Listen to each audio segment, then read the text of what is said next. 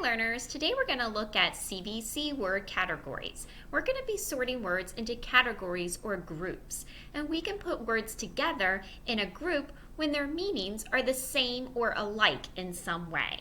So we're going to think about two categories or groups today that we can put words into. The first category is things in a house.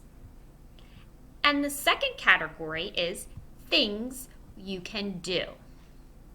Things in a house, things you can do. So look at this first word. This is the word tub.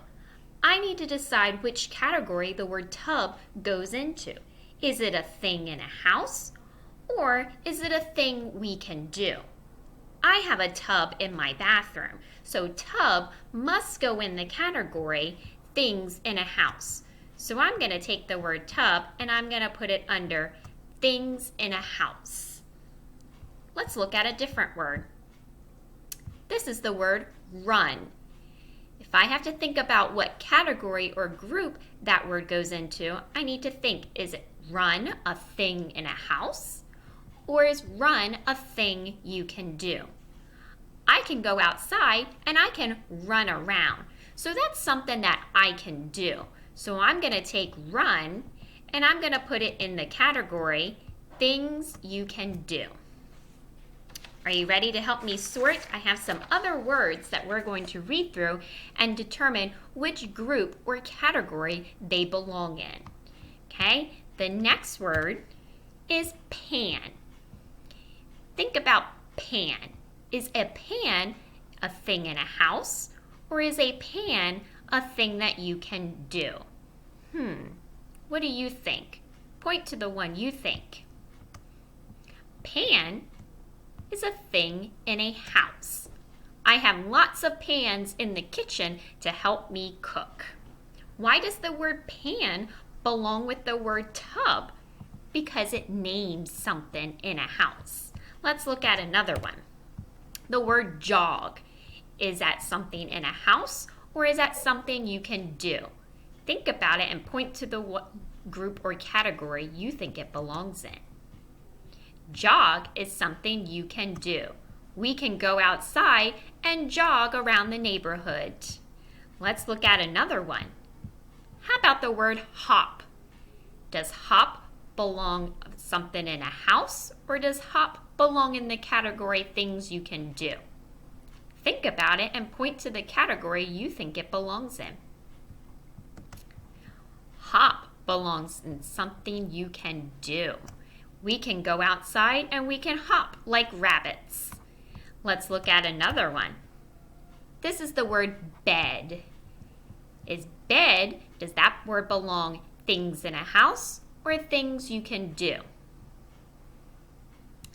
I have a bed in my bedroom, so that belongs in things in a house. How about this one? Mat. It's a mat. Does that word belong things in a house or things you can do? Mat belongs in things in a house. I have a mat outside my front door. How about this one? Pat. Is that something that belongs in a house or something that you can do? Pat is something you can do. I can pat my dog on the head. Let's try another one. How about the word cot? Is a cot something in a house, or is a cot something you can do? A cot is something in a house. My dog can sleep on a cot. It's like a little bed. How about another one? Nod. Does nod belong in things in a house or things you can do?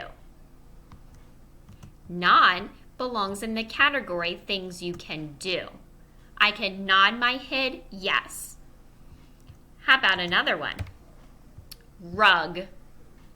Does rug belong in the category things in a house, or does it belong in a category things you can do?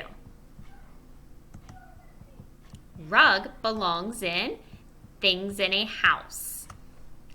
I have lots of different types of rugs in my house. How about this one? Hug.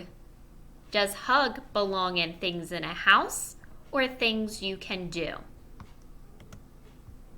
Hug belongs in things you can do. I like to give my kids a hug every day. So what did we learn today? We learned how to sort words into categories or groups based on if they're alike or the same in some way. So think about pan and bed. They all belong in things in a house because it names something in a house. Hug and jog belongs in the category things you can do because it's a thing we can do. So when you're thinking about words, think about what's the same in those words when you sort them into groups.